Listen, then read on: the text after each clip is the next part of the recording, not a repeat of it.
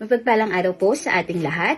Ang aking pong bahagi ngayon ay mula sa aklat ng unang Samuel, Kabanata 24, talata 1 hanggang 6. Hindi pinatay ni David si Saul. Nang bumalik si Saul mula sa pakikipaglaban sa mga Filisteo, sinabi sa kanya na naroon si David sa disyerto ng En-Gedi. Kaya pumili si Saul ng 3,000 tao galing sa buong Israel at lumakad sila para hanapin si David. Malapit sa mabatong lugar na tinitirahan ng may ilap na kambing. Nakarating si Saul sa kulungan ng mga tupa sa tabi ng daan, kung saan may kuweba roon. Pumunta siya sa loob ng kuweba at doon dumumi. Doon pala sa kaloob-loobang bahagi ng kuweba, nagtatago si David at ang mga tauhan niya. Sinabi ng mga tauhan ni David, "Dumating na ang panahong sinabi ng Panginoon na ibibigay niya sa iyo ang iyong kaaway at ikaw na ang bahala kung ano ang gusto mong gawin sa kanya." Dahan-dahang lumapit si David kay Saul at pumutol ng kapirasong tela sa laylayan ng damit nito nang hindi nito namamalayan. Pero nakonsensya si David dahil pinutol niya ang laylayan ng damit ni Saul. Sinabi niya sa kanyang mga tauhan, "Huwag sanang ipahintulot ng Panginoon na gawan ko ng masama ang aking hari, ang hinirang ng Panginoon na maging hari." Ito ang salita ng Diyos. Amen. Isang magandang araw po at mapagpalang buhay sa ating lahat.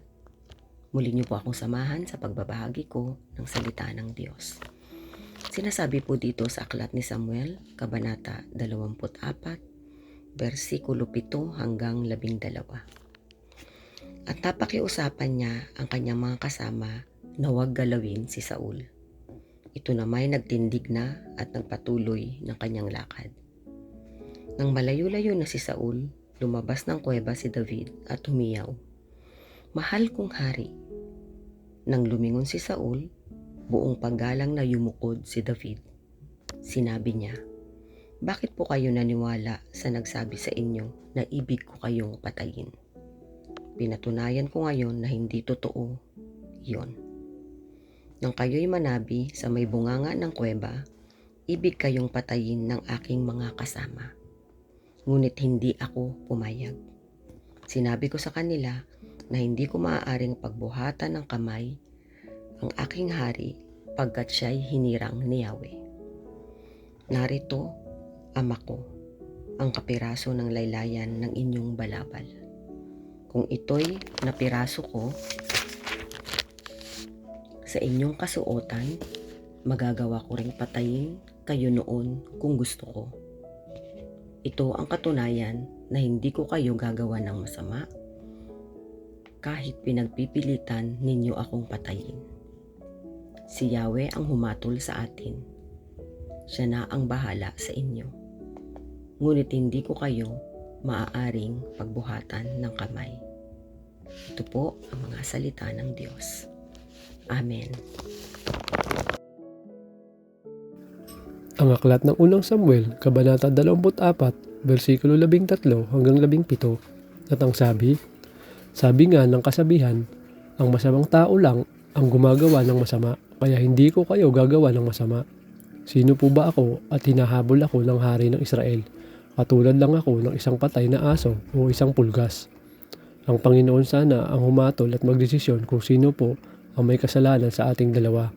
Sana'y mapansin niya at matugunan ng usaping ito at mailigtas ako mula sa iyong mga kamay." Matapos magsalita ni David, sinabi ni Saul, "Ikaw ba iyan, David, anak ko?" At humagulgol si Saul. Sinabi pa niya, "Mas matuwid ka kaysa sa akin. Masama ang trato ko sa iyo, pero mabuti ang iginanti mo sa akin." Ito ang salita ng Diyos. Amen. Devotion for today is from the book of 1 Samuel chapter 24 verse 18 to 22. At iyong ipinakilala sa araw na ito kung paano gumawa ka sa akin na mabuti, sapagkat nang ibigay ako ng Panginoon sa iyong kamay ay hindi mo ako pinatay. Sapagkat kung masumpungan ng isang tao ang kanyang kaaway, pababayaan ba niyang yumaong mabuti? Kaya't gantihan ka nawa ng Panginoon na mabuti dahil sa iyong ginawa sa akin sa araw na ito.